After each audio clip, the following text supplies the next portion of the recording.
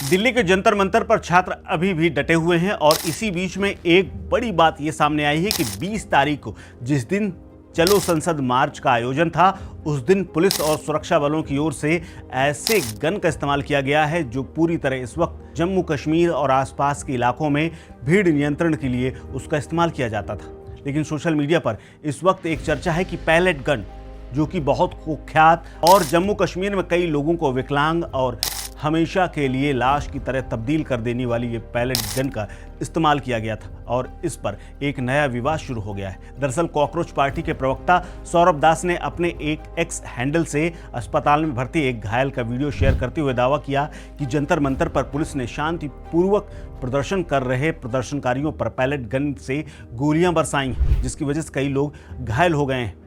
इस गंभीर आरोप पर तुरंत एक्शन लेते हुए दिल्ली पुलिस ने इसे खारिज कर दिया है। अपने आधिकारिक हैंडल से फेक न्यूज अलर्ट जारी करते हुए पुलिस का बयान सामने आया है। उन्होंने कहा है कि प्रदर्शनकारियों पर पैलेट गन चलाने की खबर पूरी तरह से मनगढ़ंत और भ्रामक है। अफवाह फैलाने वालों को सीधे कानूनी कार्रवाई की चेतावनी भी दी गई है।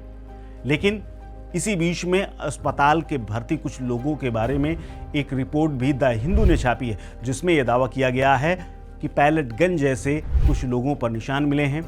इनमें से एक तो वेंटिलेटर पर भी थी। लेकिन सबसे बड़ा सवाल यह है कि सोमवार को उस उग्र प्रदर्शन में, जिसमें 118 पुलिसकर्मी और इतने ही लगभग प्रदर्शनकारी जो घायल हुए थे, उसके बाद से लगातार अस्पताल में लोग भर्ती हैं।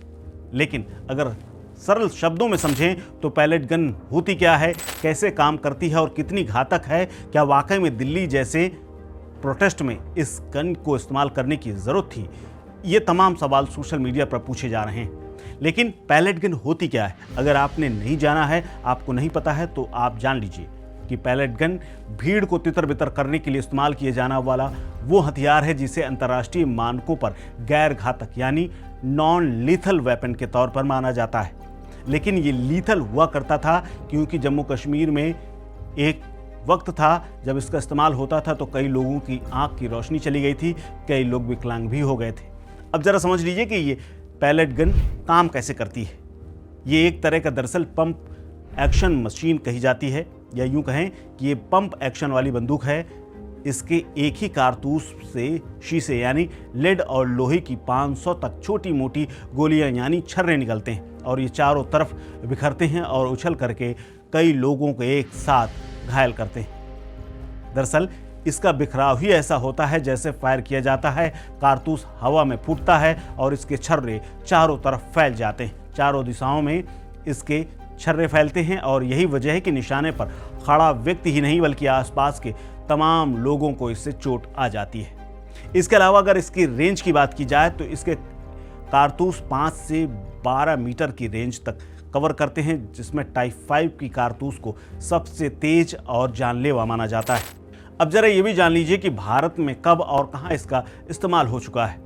दरअसल पैलेट गन को पहली बार अगस्त 2010 में जम्मू कश्मीर पुलिस और सीआरपीएफ बल के दस्ते में शामिल किया गया था और जम्मू कश्मीर में होने वाले तमाम पथरावों पर इसका इस्तेमाल किया गया था। मुख्य रूप से इसका इस्तेमाल कश्मीर घाटी में उग्र भीड़ को नियंत्रित करने और तमाम उग्रवादियों को सरेंडर करने के लिए इसका इस्तेमाल किया जाता है। लेकिन ये कई बार घातक भी होती है और जानलेवा भी होती है। लेकिन अब धीरे धीरे इसके गोली का जो साइज है और उसकी जो मारक क्षमता है उसको भी कम किया गया है। अब जरा ये भी समझिए कि ये गोली बनती कहाँ है। दरअसल इन बंदूकों का निर्माण और कारतूसों का निर्माण ईशापुर स्थित सरकारी आयुध कारखाने में यानी ऑर्डिनेंस फैक्ट्री में होता है। लेकिन 2010 की तमाम घटनाएं ऐसी सामने आई जिसमें टाइप 4/5 कारतूसों का इस्तेमाल किया गया था, लेकिन ये ज़्यादा नुकसान पहुंचा रही थी। ऐसे में इन पर रोक लगा दी गई थी और उसके बाद टाइप 8-9 छर्रों का इस्तेमाल शुरू हुआ, जो कि कम घातक हैं, सिर्फ चोट पहुंचाते हैं।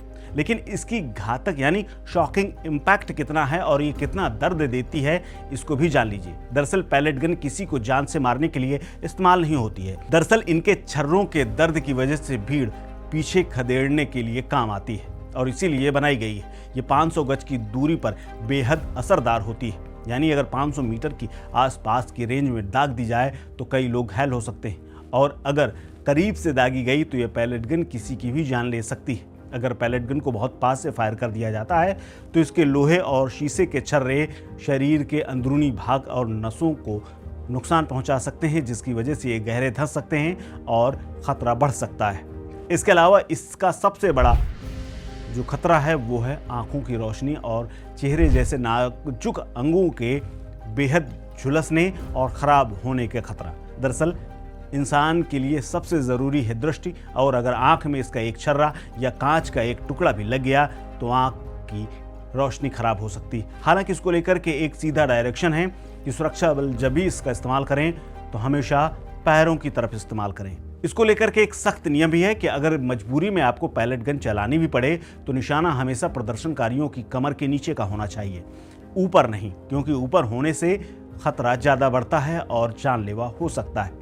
लेकिन सबसे बड़ा सवाल यह है कि जंतर मंतर पर क्या इस पैलेट गन का इस्तेमाल किया गया था, क्योंकि इस सवाल के बाद राजनीतिक और कानूनी जांच और दांव पेच आ चुके हैं। हालांकि दिल्ली पुलिस की तरफ से साफ कर दिया गया है कि बिना जांचे परखे सोशल मीडिया पर ऐसे संवेदनशील वीडियोस को शेयर ना करें, क्योंकि जेल हो सकती है। और पुलिस ने यह भी कहा है कि इस गन का इस्तेमाल हमने नहीं किया है। लेकिन क्या वाकई में इस पैलेट गन का इस्तेमाल किया गया है, यह अपने आप में सवाल खड़ा हुआ है, क्योंकि सोशल मीडिया पर कुछ वीडियो और तस्वीरें जारी की गई हैं और लगातार वायरल भी हो रही हैं। फिलहाल इस खबर में इतना ही। अब बाकी अपडेट्स के लिए बने रहिए स्टेट मिरर के साथ।